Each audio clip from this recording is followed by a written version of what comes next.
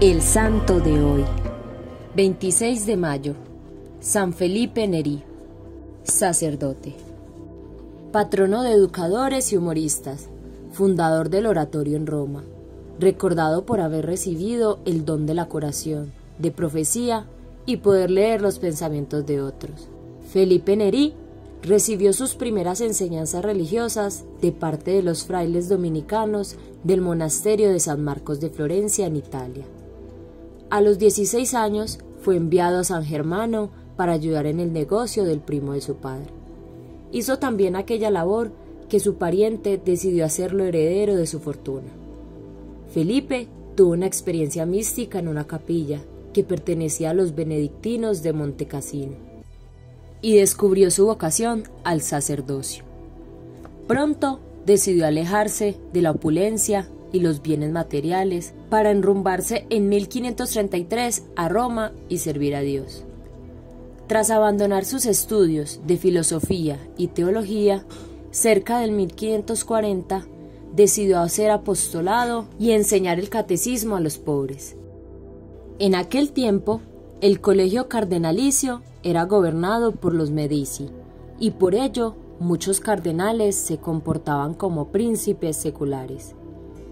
Roma se encontraba en un estado de ignorancia religiosa. Los sacerdotes abandonaban a la feligresía y las iglesias, y las costumbres de la época no eran las mejores. Durante 40 años, Felipe fue el mejor catequista de Roma y logró transformar la ciudad. Su activo apostolado comenzó con la visita a hospitales. Después empezó a frecuentar las tiendas, almacenes, bancos y lugares públicos, exhortando a las personas a servir a Dios.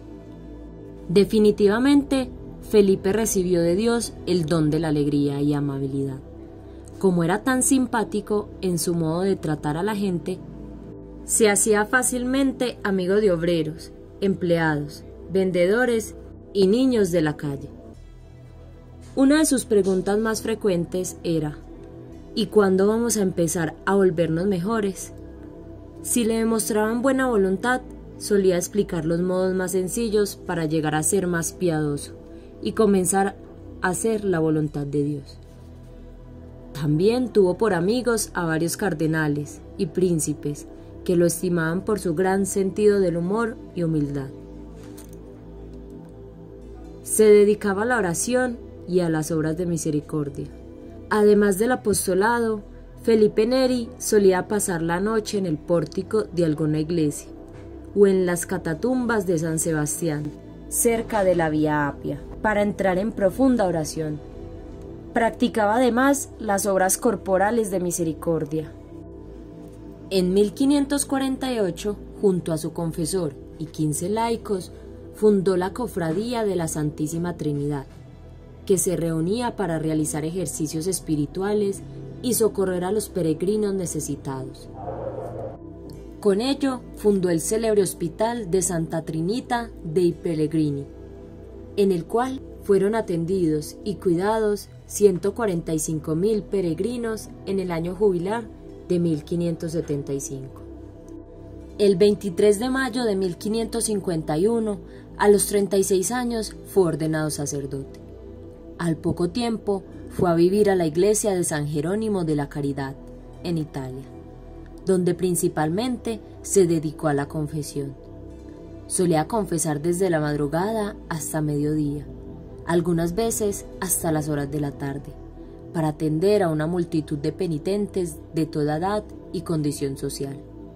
No solo confesaba muy bien, sino que tenía el don de leer el pensamiento de sus penitentes y los guiaba con gran compasión y en el camino de la santidad.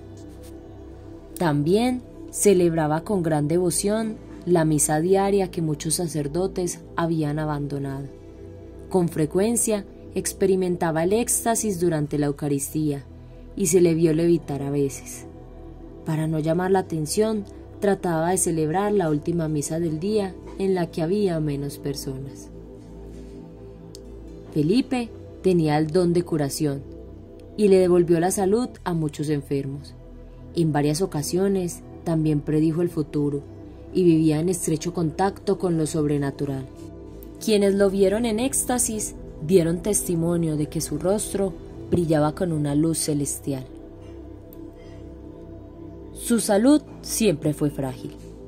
En cierta ocasión, la Santísima Virgen se le apareció y le curó de una dolencia en la vesícula.